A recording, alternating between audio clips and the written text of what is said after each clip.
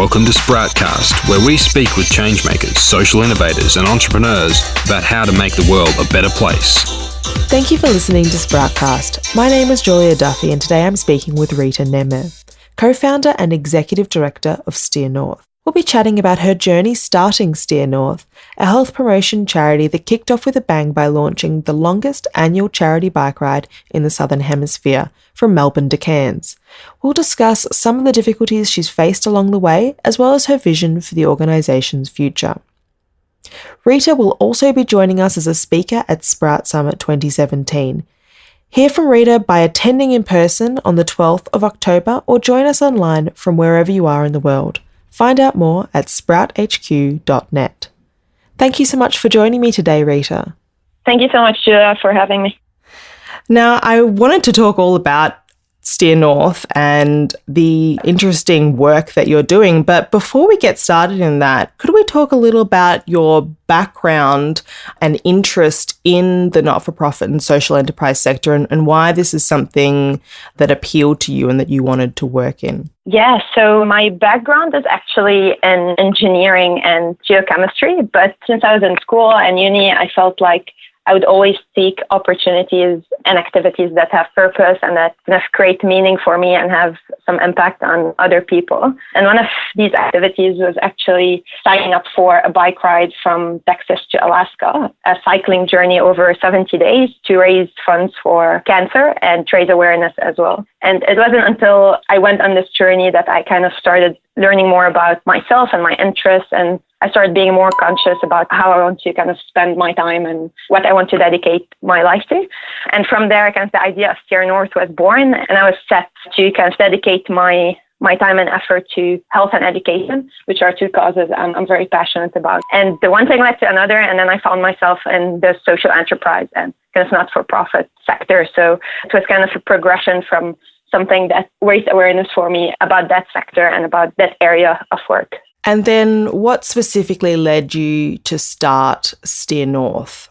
Yeah, so like I said, the experience that I went through, cycling for a good cause over 70 days and meeting all these amazing people and having conversations with them, it was kind of the most impactful thing that I had done up to that point. So it really impacted me, and I wanted to contribute to cancer research and patient care as well. And I also wanted to empower young people and offer the same life-changing opportunities for other young people. So we decided to start SteerNorth, which is a not-for-profit organization that aims to inspire and empower people to lead healthy and active lives. And we do that through epic bike rides across Australia. And the money that we raise funds medical research and patient care. So we've had this idea after my experience cycling from Texas to Alaska, but we didn't actually get to it until, unfortunately, my co-founder and partner's brother passed away from cancer. So this is when we started to kind of think about bringing this idea to life and channeling our energy towards something positive. So the combination of all of that kind of led to establishing SteerNorth in 2015. Wonderful. It's interesting how, I guess, you're bringing a few different aims together. It's not just the raising awareness and the health promotion, but also health promotion in the sense of encouraging healthy living for your participants. It's interesting that dual purpose. Yeah. So our participants are actually, so most of them are not cyclists or athletes. They just can sign up for our activities. We give them a leadership development program, a training program, and we empower them to live healthy and active lives, but also influence their networks and promote healthy and active living in their own networks as well.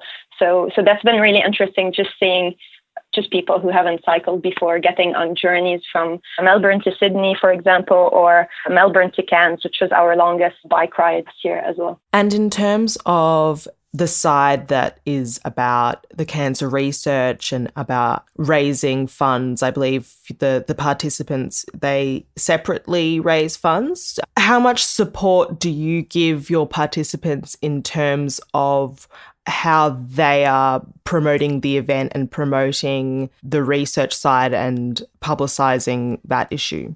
Yeah, so every participant has to raise a certain amount of money to take part in our activities.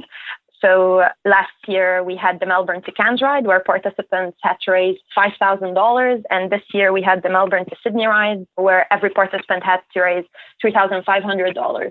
And they do that through reaching out to their network, spreading the word about what we're doing, asking them for support, also organizing fundraising events. So some riders organize bike rides, salsa classes, yoga classes, kind of bake sales. So they kind of engage their whole network and their whole community in our mission, and they spread the word to their own network. So we give them as well support in terms of the different things that they can do to fundraise, and we help them organize the events. But this is basically how they reach out to their network through different fundraising events, but also through word of mouth, where they ask for their support and ask them to sponsor them to do that ride, basically. So mostly your outreach and community engagement would be in finding the participants, is that correct? Yes, so finding the participants, but then these participants reaching out to their own communities, that's before the ride. And then through the ride, it's going through the different local communities along the way. So we stop in different local communities and promote what we're doing and promote healthy and active living as well. So there's kind of two aspects of community engagement with the riders before the ride, and then with the riders and the local communities throughout the ride. Oh, wonderful. The local community engagement sounds like actually quite a unique aspect of the program. Could you tell me how that came about and what the experience has been like? Definitely. So going through these local communities on a bike and having kind of a group of cyclists rolling into these communities is attracting a lot of attention and support, and people want to hear what we have to say and want to hear what we're doing and what our mission is, especially that, like I said, we just rolled into their communities after, let's say, 5 days Literally of cycling. Rolled in. And we're here to promote this. Yeah, exactly. Yeah. This means of cross-country cycling is attracting attention from the local community, and it's been incredible witnessing the support that we got from them. So we get in touch with councils and schools and local community groups beforehand, and then once we roll into the community, they expect us there on a certain date, and sometimes they have a dinner for us, or we attend a community event, or we have kind of a community organization meeting that they have over there that we attend. So we can engage with them beforehand. And then on the ride, they would be expecting us, and just using that method of cycling from community to the other is attracting a lot of support from these local councils and schools. So it's been really nice to see that. And what's your intention for this engagement? Are you trying to educate these communities, fundraise in them, find more participants for the events, or a combination, I guess? We try to do that as much as possible through either the events or just conversations that we have with local community members as well. And they help us fundraise as well. So it's kind of touches on different aspects of what we do, engaging with these communities. And now, as the organisation is in the early stages, I thought it would be interesting to cover some, I guess, of the challenges you've faced, but also your plans for the future. So first, what are some of the perhaps unexpected challenges that you faced along the way starting SteerNorth? Yeah, so the challenge at the beginning, the way we approached the first activity, we wanted to do something big that will attract attention, that will get our name out there, and that will impact as many communities as possible. So our first ever event was a Melbourne to Cairns bike ride over 45 days, over 4,000 kilometers. So that by itself, just the logistical side of it was a challenge. And just getting people to kind of believe that we are going to do it and gaining legitimacy, I feel like that was one of the challenges. So we wanted to be kind of as professional as possible. We wanted to show that we know what we're doing and we have everything figured out. And I think because we wanted that, sometimes we didn't ask for help enough, maybe. We didn't seek as much assistance, or that's at least from my perspective initially. So I think that was one of the biggest challenges, just figuring things out and asking for help and asking for support and getting all of that together and having a successful first event, because this is what was going to set SteerNorth up and the way we had imagined it. Yeah. And in terms of your vision for the future, how do you imagine SteerNorth growing, expanding its reach, anything like that?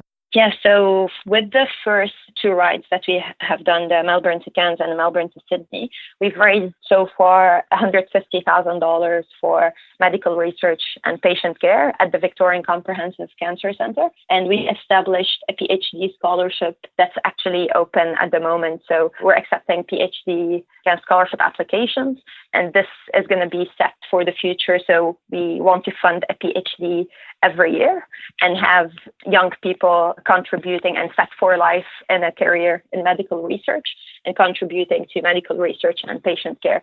And in 10 years, we hope to have 10 PhDs and contribute to medical research and patient care in that sense. And we also hope to have more accessible bike rides, a variety of events, and keep having these participants experience kind of purposeful adventures and growing through our activities and through our bike rides, and keep affecting more communities while we do that as well. And have there been, I guess, particular challenges that you're taking into account in looking forward in the strategies that you're working on now? Like you mentioned their accessibility. Has that been something that you think has prevented some participation? And especially for the first one, I think yes. So the Melbourne to Cairns ride was a big bike ride. Still, most of the riders were not cyclists beforehand, but it was just a time commitment that was a barrier for some people. So now we are going to do a Melbourne to Sydney ride twice a year,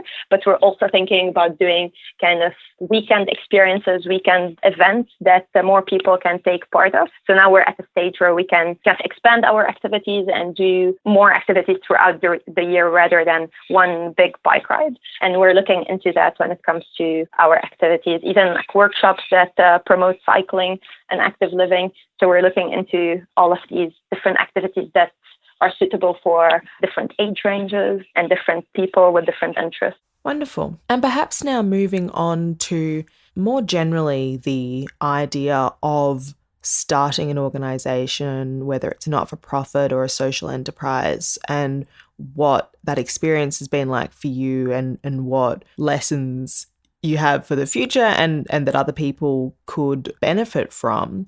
Maybe if we start off by talking about, so, I mean, you weren't necessarily from a not-for-profit or business background. You mentioned that you were an engineer. What was that side like, the working out all the ins and outs of starting a business and what you didn't know that you didn't know? Yeah, I think starting SteerNorth and starting a not-for-profit has been the biggest learning experience for me. I think I learned over the past 2 years more than I've learned throughout my bachelor's degree and master's degree and everything that came with it.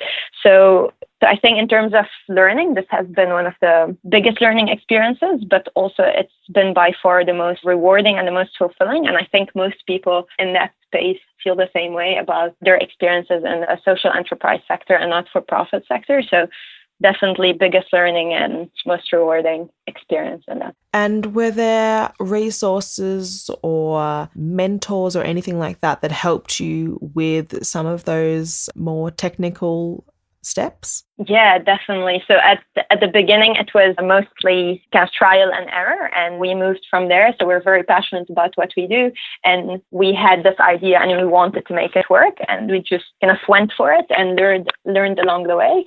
I think a year into SteerNorth, we took part in the Young Social Pioneer Incubator. So we were selected for that at the Foundation for Young Australians.